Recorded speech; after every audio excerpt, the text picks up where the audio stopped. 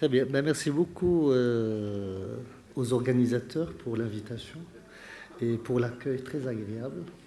Et on a eu l'habitude d'assister à ce congrès très convivial.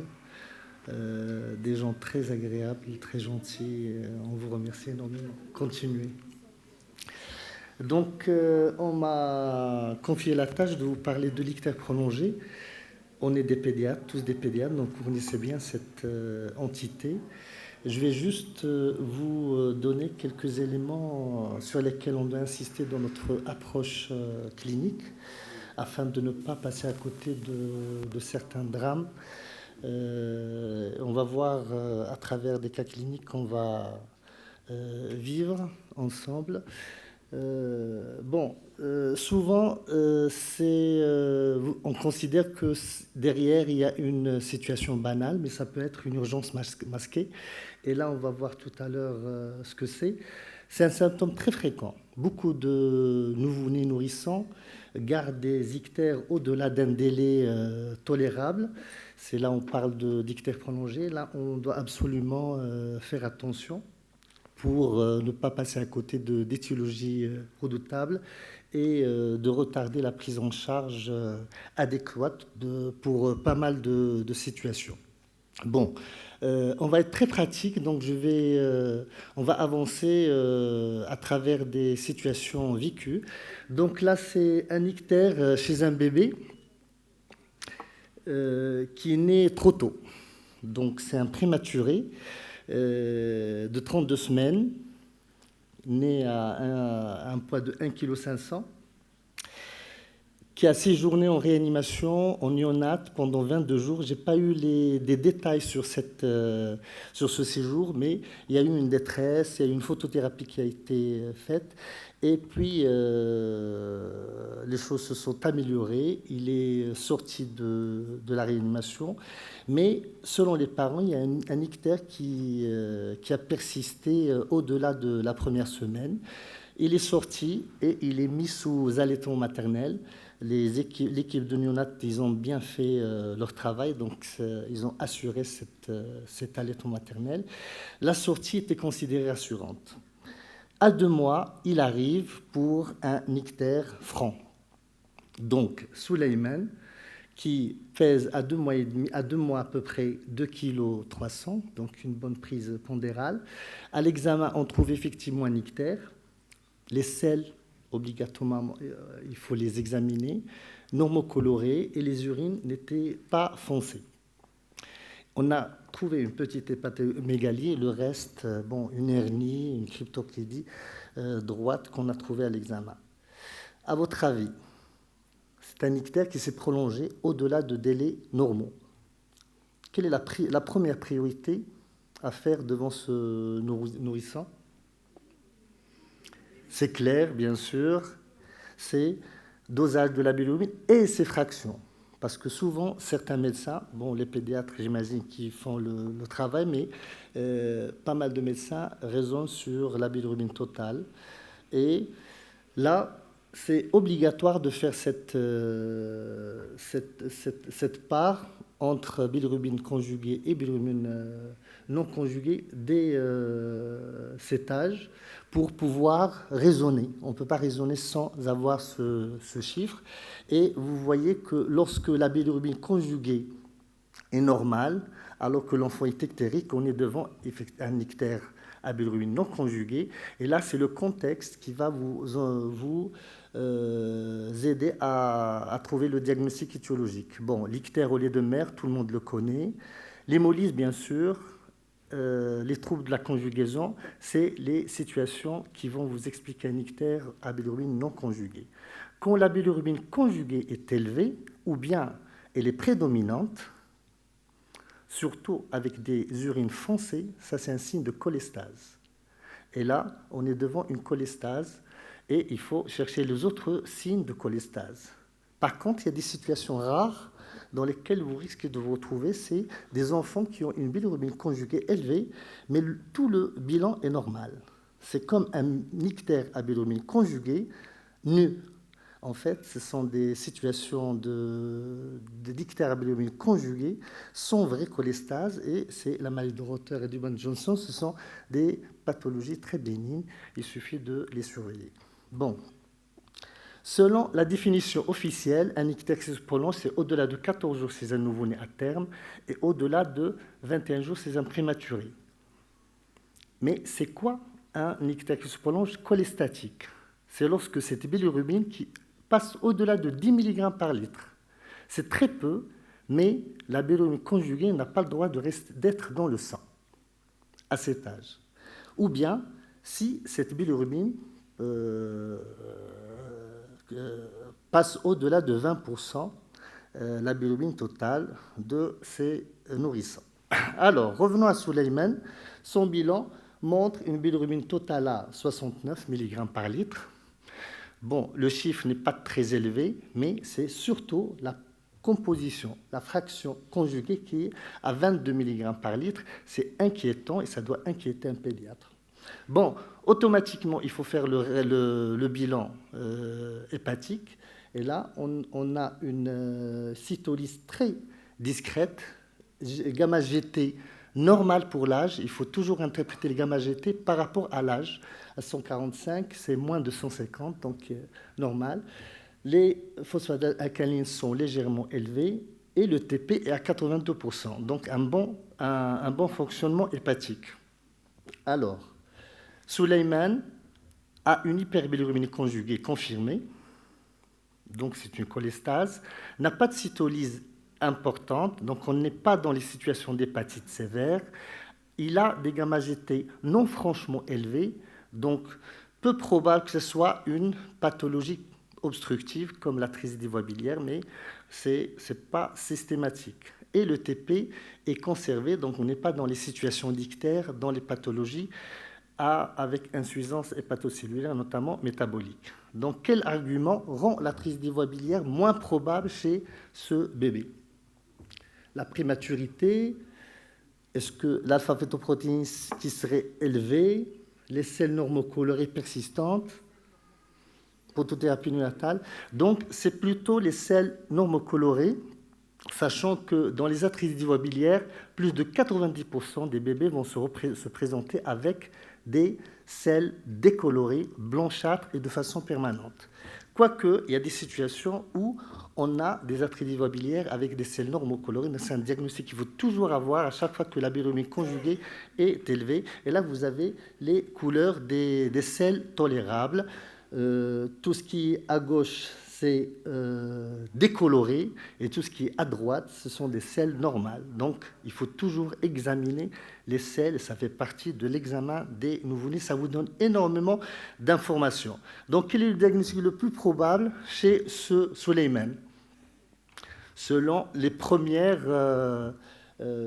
raisonnement que vous faites, est-ce qu'on est devant l'atrésie des voies biliaires? Il faut toujours garder ce diagnostic. Ça, c'est une urgence. C'est un nombre d'alagile possible, mais souvent, ça donne des selles complètement décolorées avec d'autres signes. Cholestase néonatale transitoire du prématuré, c'est un diagnostic qu'on va évoquer, mais qu'il faut éliminer. Il faut absolument éliminer les autres diagnostics.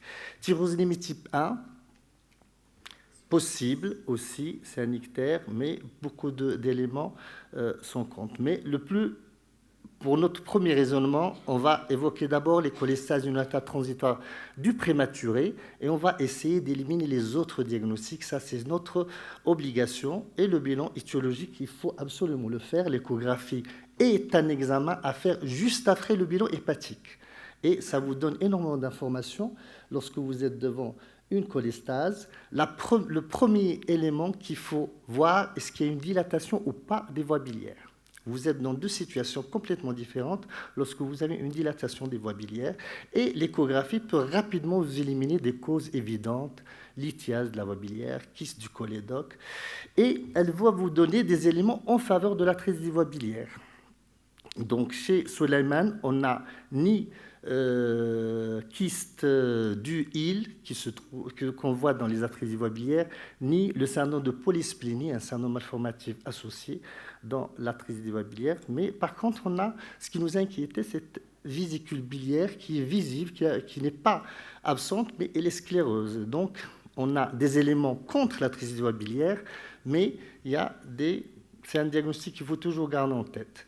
Le bilan étiologique montre une NFS normale, donc ce n'est pas un enfant qui a hémolysé. Le CBE est stérile, ce n'est pas une infection urinaire. Le bilan thyroïdien est normal, ce n'est pas une hypothyroïdie. On a trouvé une alpha-fatoprotéine qui a 20 000 nanogrammes par millilitre. Est-ce que c'est élevé? Par rapport à l'âge, c'est physiologique. Donc, il faut toujours interpréter l'alpha-fatoprotéine par rapport à l'âge et par rapport au contexte. Et on a à l'électrophorèse des protéines un bon pic alpha qui un peu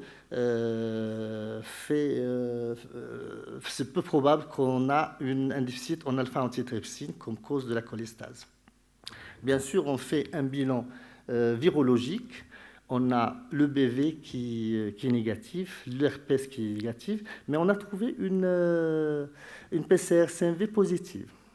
Donc, est-ce que c'est l'hépatite ACMV? Non. Donc, c'est une situation trompeuse. Il faut toujours faire attention et non pas retenir le CMV comme origine de la cholestase. Et on a eu des atrésies biliaires considérées comme CMV et traitées comme CMV pendant plusieurs semaines. Une exploration métabolique, c'est surtout pour la tyrosinémie qui est traitable. Donc, c'est le succinylacétone dans le sang et dans les urines. Chez Suleiman, c'était normal. Et donc, je reviens à l'alpha-fatoprotéine qui pourrait éventuellement faire penser à la tyrosinémie parce qu'elle est très élevée dans la tyrosinémie. Là, elle était physiologique. Est-ce que c'est un syndrome d'Alagille? Bien sûr, la radiographie ne montre pas les vertèbres de papillon. L'écho-cœur ne montre pas de réelles malformations fréquentes dans le syndrome d'Alagille. Et l'examen ophtalmo était normal, ne montre pas d'embryotoxon postérieur.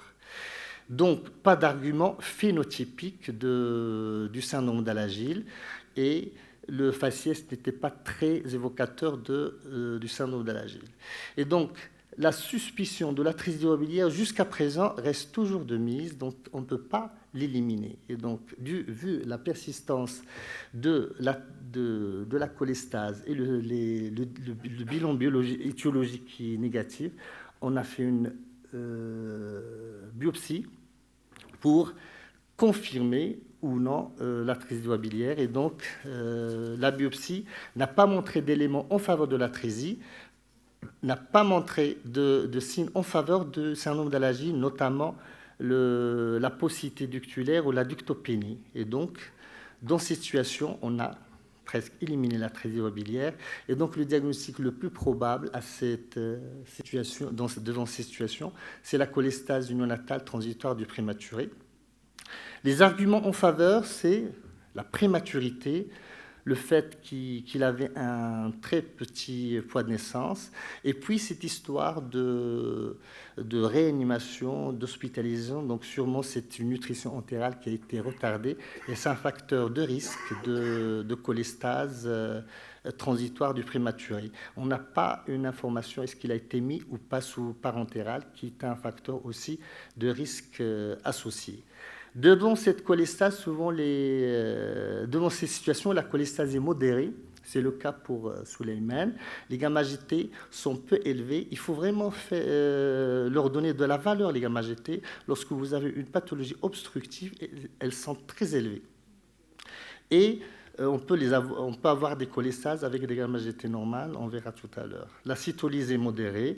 Et bien sûr, ce qui nous rassure, au bout de plusieurs semaines de cholestase, la fonction hépatique reste conservée. Donc, la biopsie nous a éliminé l'atrésie et il a montré des signes de cholestase minime avec une fibrose simple qui peut se voir dans ces situations de cholestase néonatale transitoire du prématuré.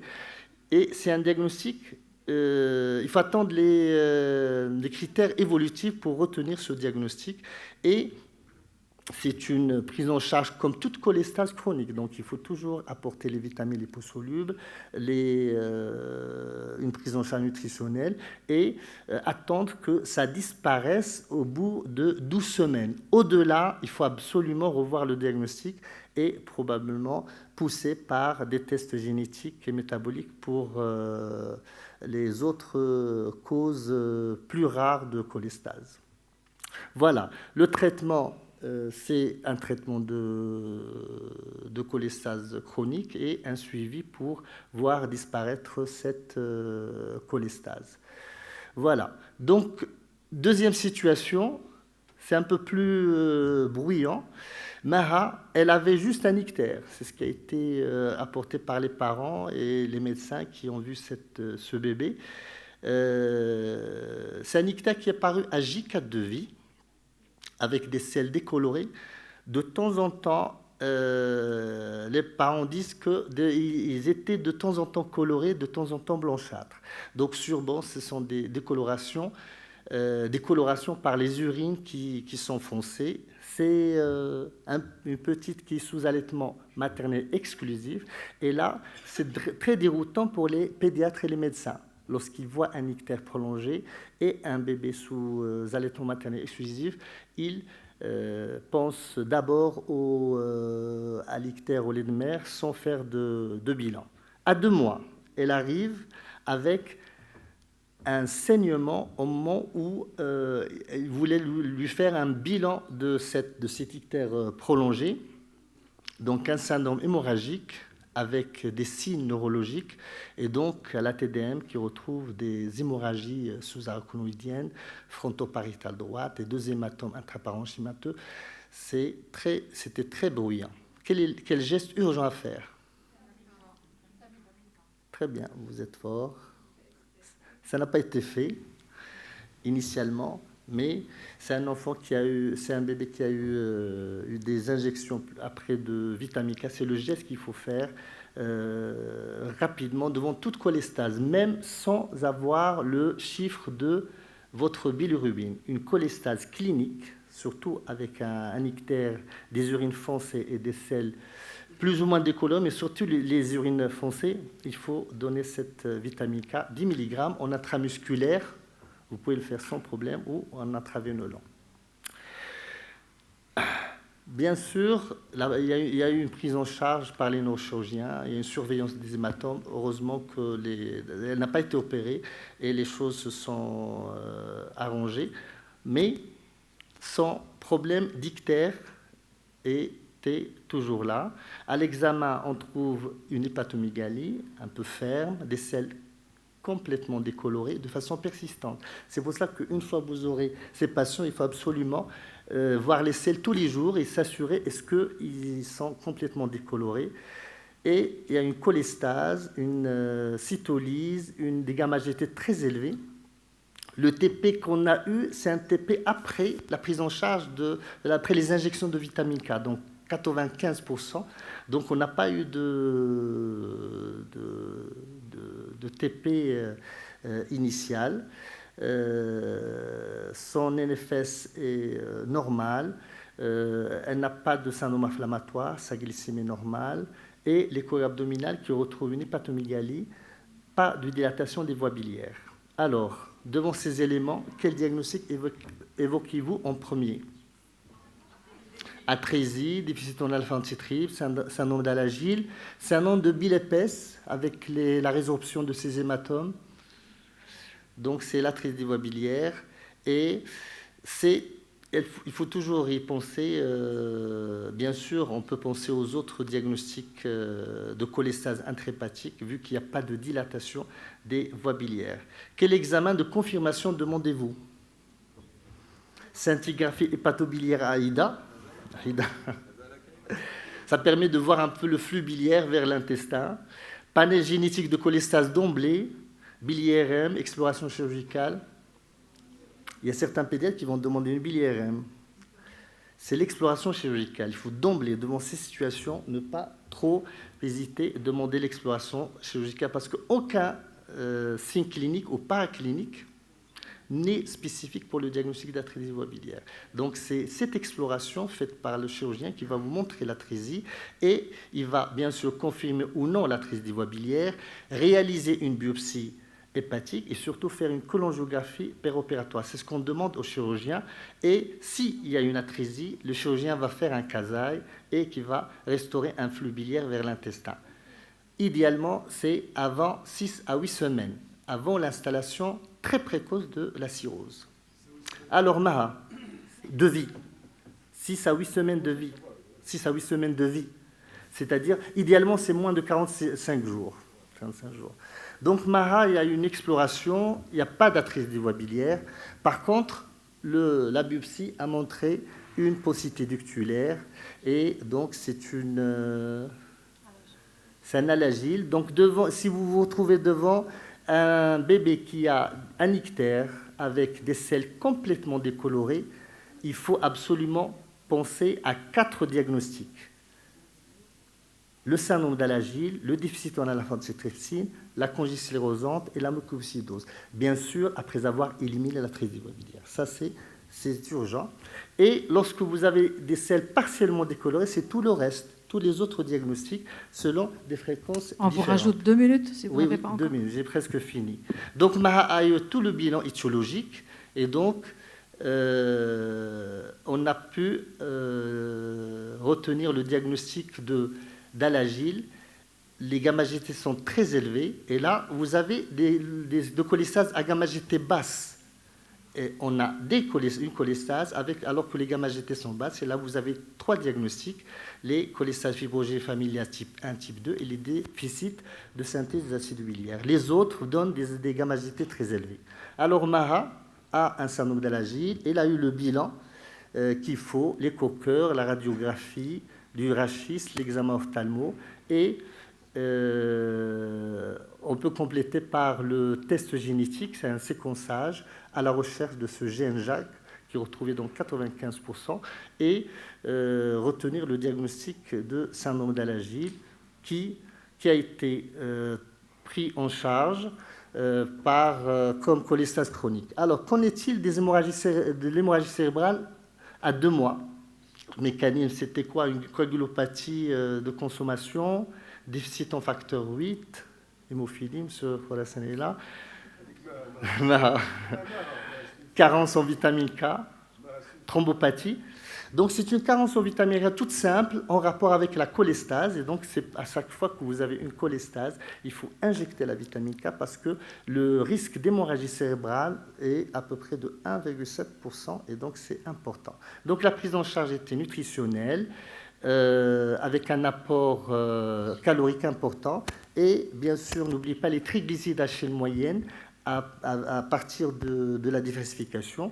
Et les autres médicaments qui traitent le prurite. Le prurite est atroce, insomniant et altère énormément la qualité de vie. Actuellement, il y a les inhibiteurs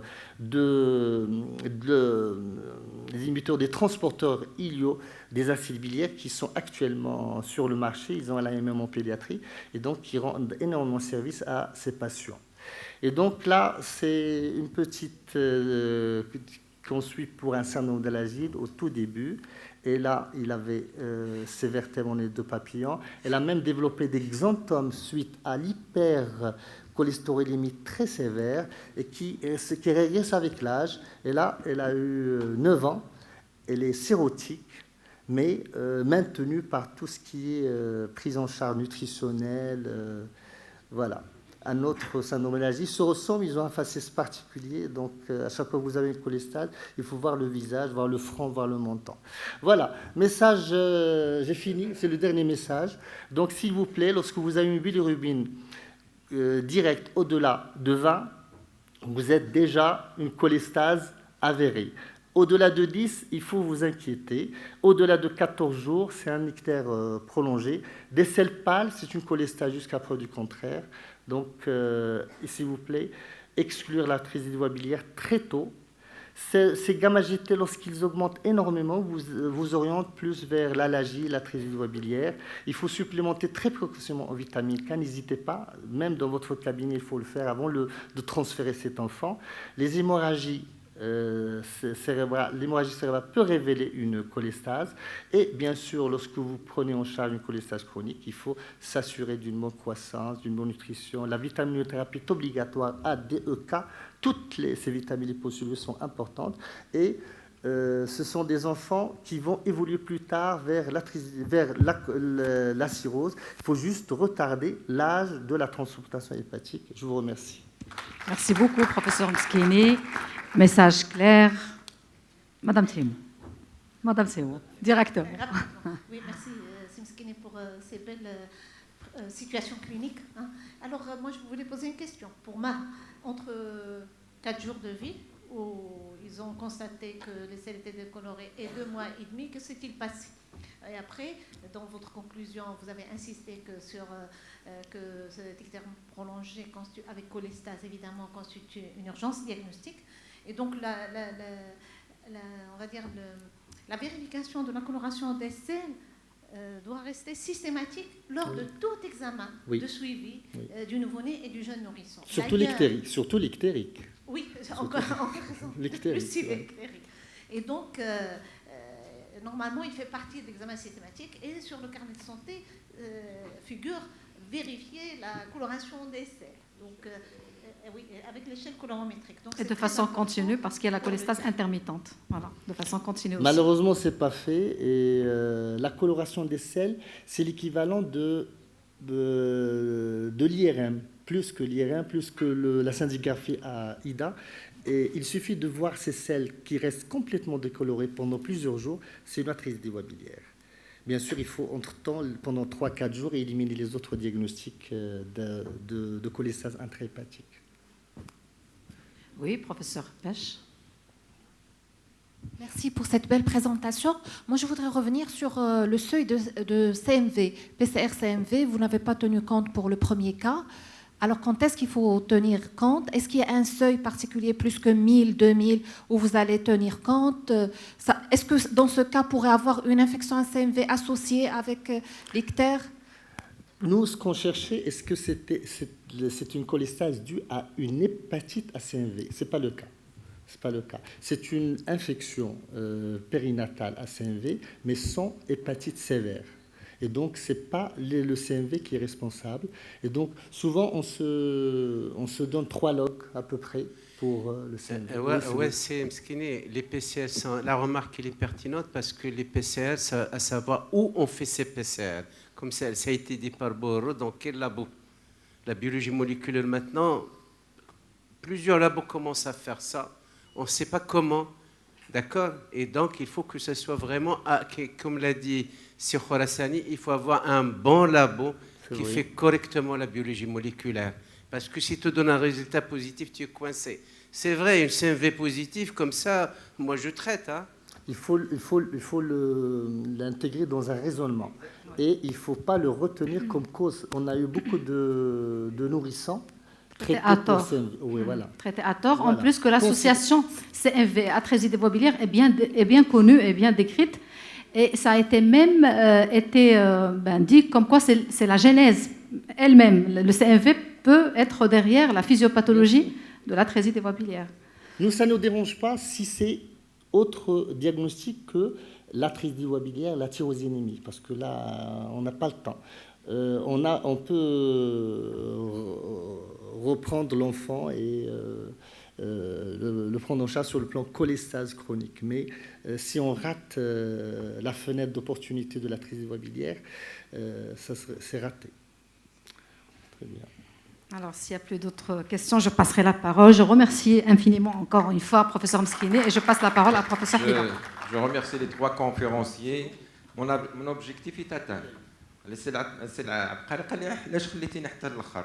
انتم خليتكم باش نشد بكم l'assistance. Merci pour l'assistance. Donc l'objectif est atteint. Merci. On va faire une photo avant de clore ce compte.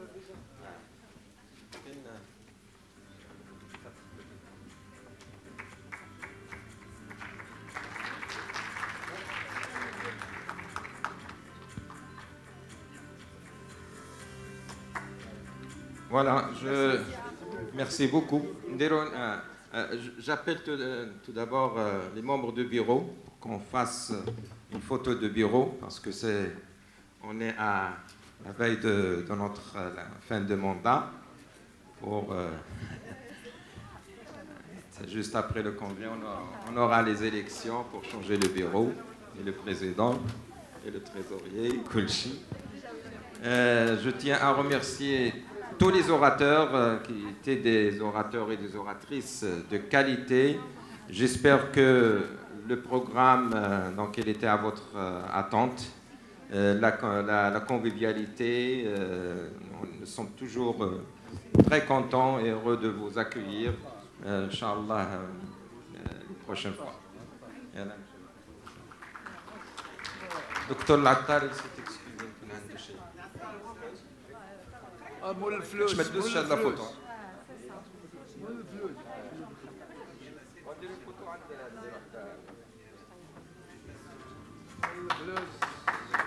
شكرا شكرا لكم مرحبا بكم pour une photo de groupe.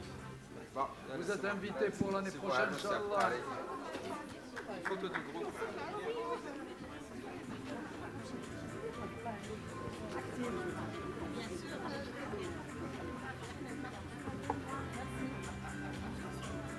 Un joli jeune, un joli. Mettez les chaises, mettez.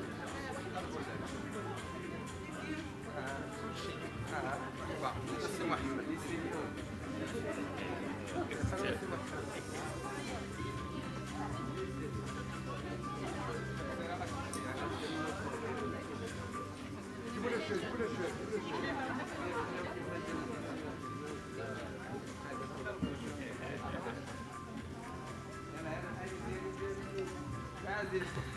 représente Nador.